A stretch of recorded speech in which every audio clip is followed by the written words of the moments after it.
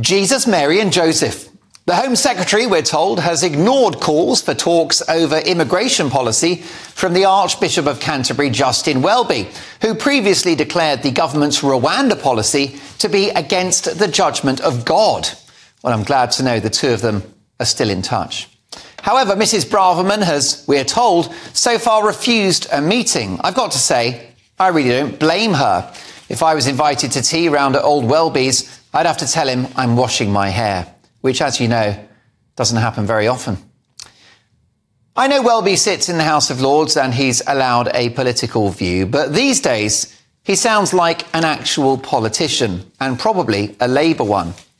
You'd think he didn't have anything better to do, like comment on the huge social and moral problems facing this country.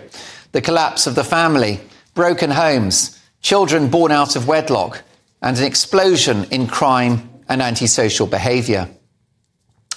You'd think he'd be more focused on a growing financial crisis within his own organisation as they consolidate parishes and try to save money. Not helped, of course, by his decision to create a fund that will effectively pay reparations for the Church's debatable links to slavery. So whether it's slavery reparations, immigration or his lust for net zero, it seems Welby will stop at nothing to boost his woke credentials. His pronouncements on illegal immigration hint towards a looser borders policy for the United Kingdom.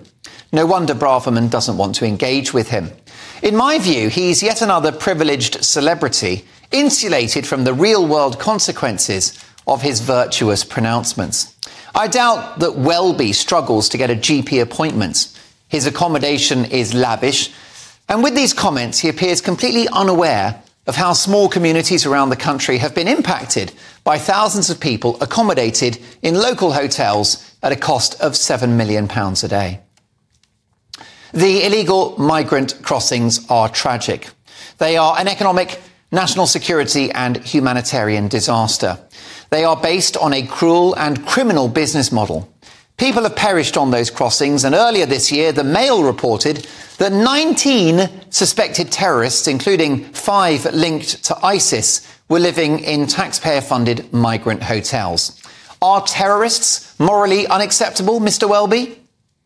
If you look at the polling, Welby appears to be dividing his flock.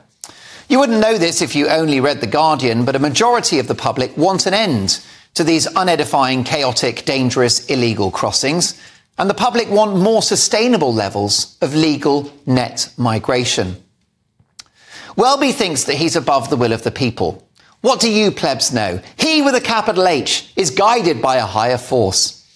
You might think that Stop the Boats is designed to put human traffickers out of business and stop people jumping the queue at the expense of those who genuinely deserve asylum.